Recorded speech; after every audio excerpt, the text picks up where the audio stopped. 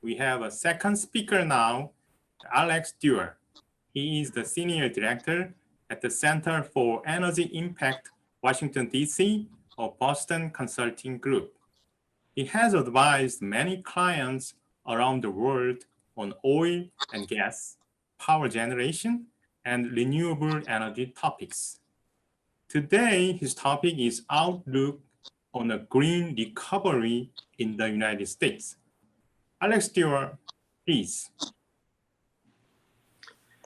Thank you very much, and good morning to everybody. It's a true pleasure and honor to join you in this discussion on such an important topic and an area of real promising international collaboration between the United States and South Korea. So thank you very much for the opportunity to join you.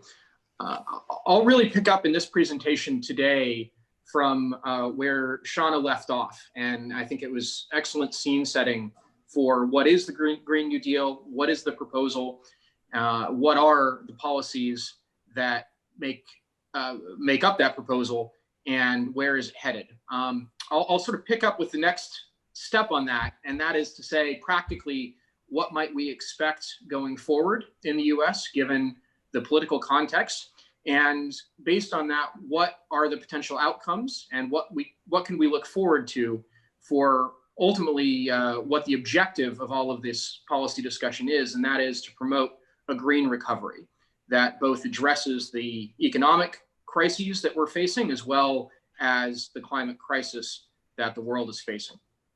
So really 3 points I'll discuss today. One, a little bit of scene setting around the role that state and local governments have been playing recently in promoting climate policy, and in particular, really how the federal government and state and local governments have diverged sharply in recent years. Second, given that we've just had our election less than a month ago, almost exactly a month ago now, I'll provide some details around what we might be able to expect, or at least what we can look for and watch going forward from the federal government.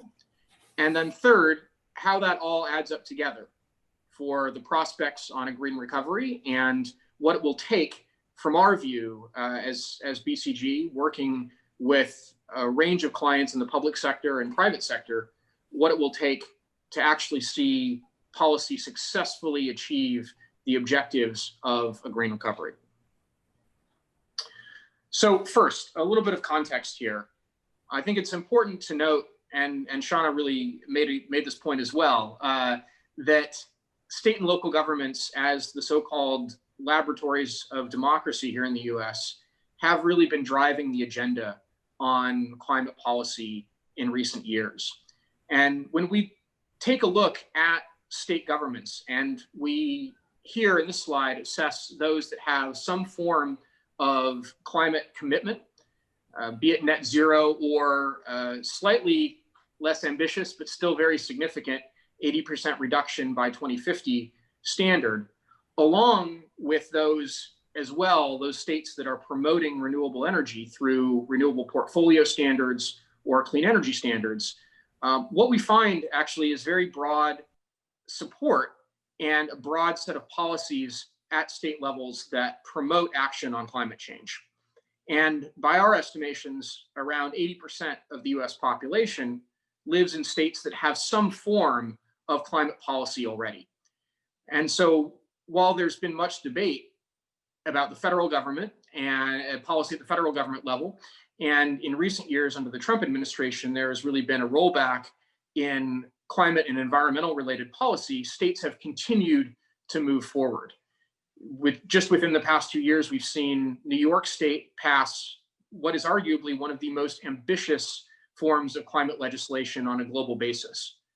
And so regardless of what happens at the federal level, states will continue moving forward and continue driving it forward. And I think that's an important lesson for many governments around the world on this role of federalism and the role that state and local governments can play. At the same time, while state and local governments have been moving forward, the form of policy has been changing. Whereas in the past, we might have expected climate policy to be anchored in market-based forms of policymaking, such as a cap and trade system or carbon taxation type of policies that put a price on carbon. More recent policymaking has been moving toward a more regulatory or command and control type of approach that sets standards and regulatory requirements for meeting certain climate targets. And so that's an important transition and a shift in politics, I would say, that we've seen in the US, going away from market-based policies to more regulatory policies. And at a local level, we've seen that play out in many different forms. One example is just in the past 2 to 3 years or so in the US here, we've seen local governments start to take more aggressive efforts around banning fossil fuel related infrastructure. In this case, here we just highlight some examples of bans on natural gas building connections. In California, this has been very popular among local governments to start to take these steps. And it reflects as well, not just the role that local governments can play, but also the nature of politics around climate action in the US and that shift towards a more regulatory-based approach. So given the context of state and local governments taking leading roles and a shift towards more regulatory heavy or oriented policy, what can we look forward to from January next year with a new Democratic administration and a Congress that will be, it's unclear exactly how it will be split, but it will be close regardless.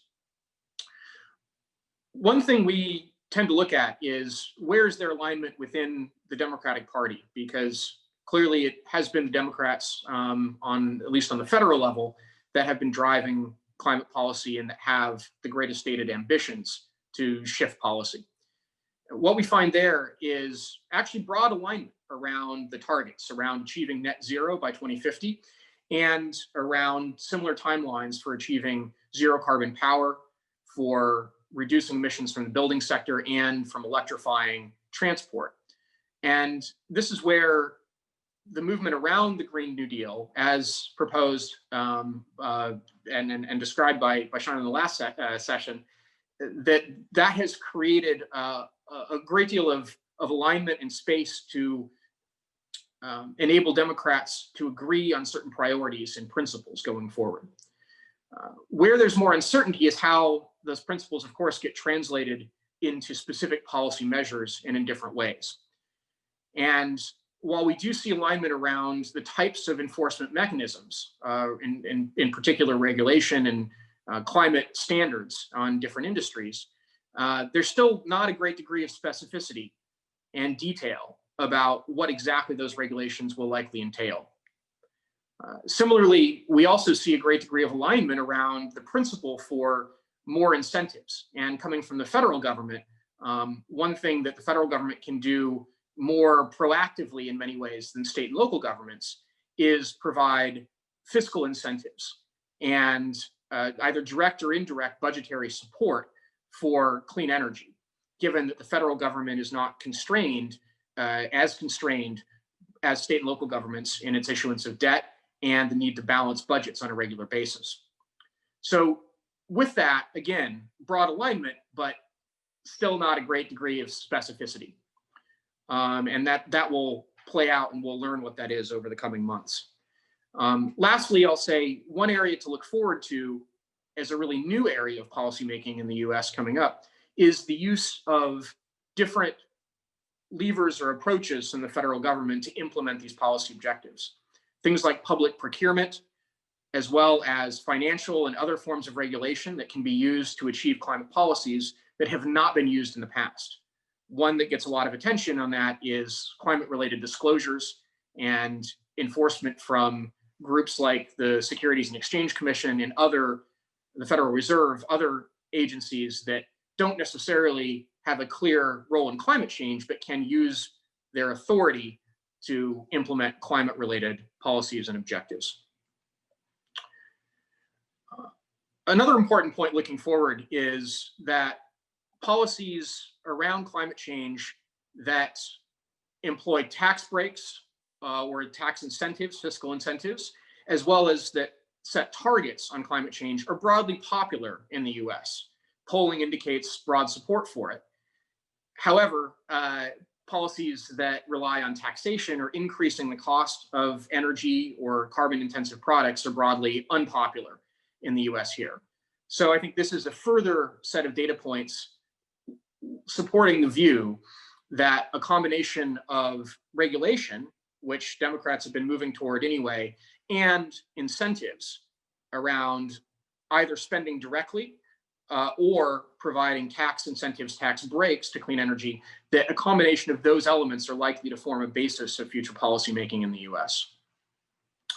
And then lastly, another set of data points here is considering recent congressional action on climate change. One area where bipartisan alignment has been achieved between Republicans and Democrats has been on the area of expanding federal government support, directly or indirectly, again, for clean energy. We saw just in September a bill pass the House of Representatives to provide $135 billion in additional authorizations for clean energy spending, and it did achieve some Republican support. There's a smaller bill that's been pending in the Senate, but one also that has achieved bipartisan support there. So while Republicans typically in the US are very steadfast in their opposition to more regulation, they have shown willingness in the past and some interest in supporting greater federal spending and incentives for clean energy. And so that is likely to form an important basis of potential bipartisan alignment for future climate policy making in the US. So what does all that mean? And what does it mean in particular for state and local governments? I think it's important when we think about a green recovery and the current context that we're in of trying to stimulate the economy in the short term, build economic competitiveness and stability in the medium to long term, while also tackling climate change.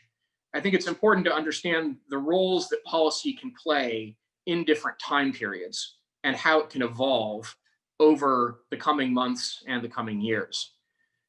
In the US, we are still very much in the situation of needing a near-term response, given the level of unemployment, of economic contraction that we're still experiencing, and frankly, that we're dealing with a pandemic that is still worsening day by day in the US as we enter the winter period. So we're not out of the woods, so to speak, by any means on that. And there is still an immediate pressure for near-term fiscal stimulus to manage short-term concerns around unemployment, cash flow constraints, solvency.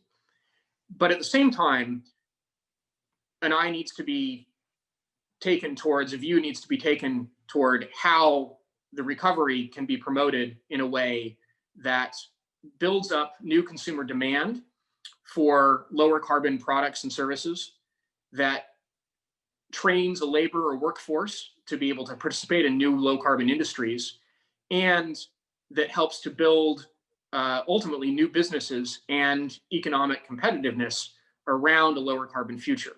Because we know with climate change, it will take those steps in order to ensure that the economic recovery is robust and sustained. So how to do that? How to balance both the short-term need with those medium to long-term needs? That's really the central question. And one where at BCG, we've worked with a number of governments and public sector clients here in the US and around the world to try to address that. And there are really two principles that I'll emphasize here today that are important. The exact answers will vary on a country by country basis, even within the US on a regional or state and local level. But there are two principles that are important here, and I think can be translated to your experience in South Korea. One is the importance of prioritizing specific areas of investment or policy commitments. Clearly, there are real-world constraints around budgets and around, frankly, the commitment of government to do and implement certain programs. We can't do everything all at once. Priorities have to be taken and followed through. And here we argue it's really important to consider 4 primary lenses in prioritizing what types of investments are made. First, clearly on employment, on jobs, both in a short-term basis to manage the unemployment crisis, as well as a medium to long-term basis to build that sustainable economic recovery. So stimulating job creation that isn't just temporary, but will last months, years, and ultimately be permanent. 2 is greenhouse gas emissions and investments that help to bend the curve to reduce emissions in the medium term, not just in the far off future, but can have a tangible impact. We know, of course, from all the climate research that it's imperative to start bending the curve now, as soon as possible, and not wait any further on that. So some combination of investments that help to do that today and lay the groundwork for more sustainable emissions reduction in the long term. Third point I've alluded to before, economic competitiveness. So finding investments and public sector opportunities that help to build a sustainable form of economic growth and in a global trading context, forms of growth that provide a competitive advantage for a country, for a region, for a state, or even a city or locality going forward. And different types of investment opportunities, of course, will do that. And then lastly, a really critical point, emphasized, of course, through the Green New Deal proposal in the US, is equity. One of ensuring that growth is equitable across income, socioeconomic classes, and one that helps to enable those that are negatively impacted by climate action to transition to new opportunities of the so-called just transition, particularly for hydrocarbon or otherwise carbon-intensive sectors. So the exact balance of these different investments here that we've highlighted around buildings efficiency, industrial decarbonization, automotive, clean energy, and others, there's a very long list, right, of potential investments or priorities that can be made. The exact mix of that will vary, we argue, on, again, a national basis, even on a local basis. There's no one right answer here. The point, though, is to clearly prioritize what that answer is and what the set of investments are based upon the needs and the opportunities for a given community. And so looking forward in the US, that's really going to be the central question, and one that we don't have an answer to yet. And we need to see how things pan out in the federal government and how, as well, state and local governments engage with the federal government to set those priorities and to follow up on those priorities. And that leads me to the second principle I want to talk about today. And that is one of coordination. Coordination between governments and coordination between stakeholders within and outside of governments. We now have some lessons that we can look at and we can learn from past efforts on this. And in particular, about a decade ago, with the Great Recession in 2009 and 2010, and stimulus and recovery investments that were made then. And a number of lessons come out from the US, the prior experience in the US with the Recovery and Reinvestment Act, the prior Green New Deal in South Korea, of course, from 2009, in Australia, the Green Stimulus, and in the UK as well. And there are a wide range of lessons. Probably don't have time to go into all of them today, but a consistent lesson across the board here is where these policies failed to achieve their true potential is where there was insufficient coordination and alignment between government agencies at a national level, but in particular between state and local level and a national level. And that was particularly very apparent in the US with the Recovery and Reinvestment Act. On that front, it was broadly successful in helping to scale up renewables, renewable power, wind and solar, in some efforts around energy efficiency and around electric vehicles. But it really did not achieve the full objectives across the board, consistently across states, and to the degree of deploying new energy technologies and energy efficiency to the degree that those objectives were laid out. And really where it fell down in many instances was that lack of close coordination from the federal government to the state government. So an important lesson there. I think another one is also coordination with stakeholders outside of government. And we saw in Australia, for example, and in the UK, that efforts there that did not engage all the different parties that were needed to implement these policy measures also failed. In Australia, there was broad political backlash against climate policy and the form of stimulus because coalition was not built effectively to enable support there.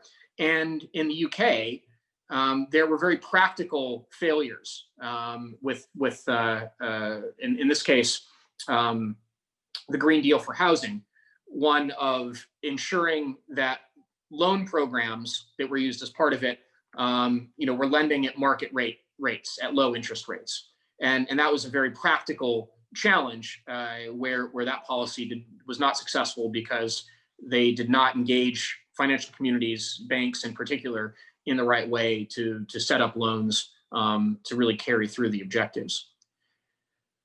So, we have a number of lessons, right? And again, it boils down to coordination, alignment, building sustainable political coalitions, and having clarity on what roles different entities will play. That's an absolute imperative to ensure a green recovery, and ultimately still is an open question in the US. We've learned a lot, but the question is whether those lessons will be learned again, or we have a better outcome this time around and achieve, I think, the full potential of what further green stimulus and a green recovery can do. So I'll stop there. Those were our views on it. Happy to answer questions or go into more detail on any of these specific topics if helpful. Okay, thank you, Alex Dewar. You did a great job. I like your words, prioritization and effective coordination. I totally agree with you. I picked up a question for you. State governments have different point of view on clean energy policy based on their major industries. That means Biden administration will face the situation to persuade the governors and mayors who might be against or want to take slow steps to proceed.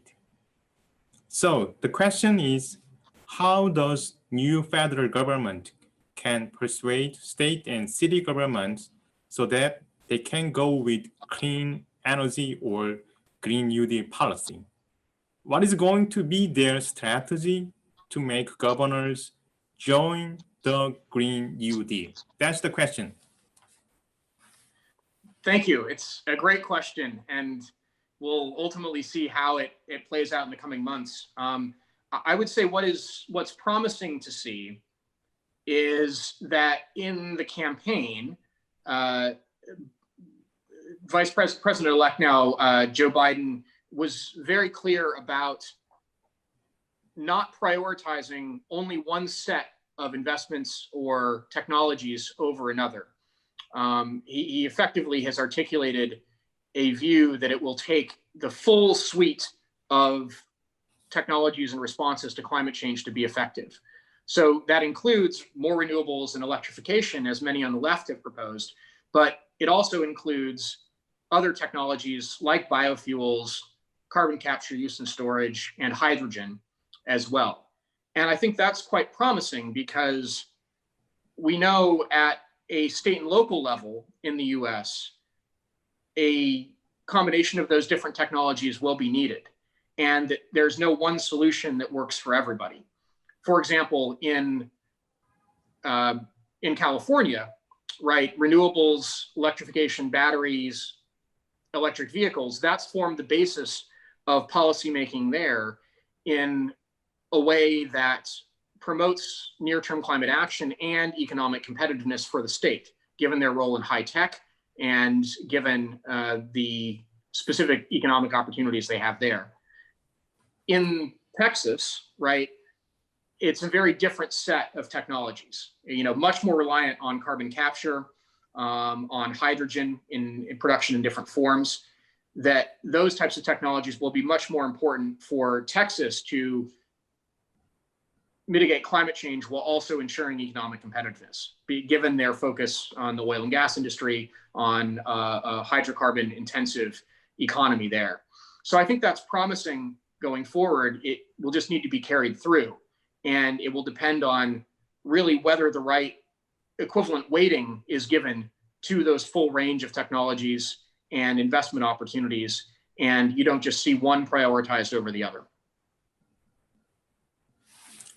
Okay, thank you so much, Alex Dewar. Thank you.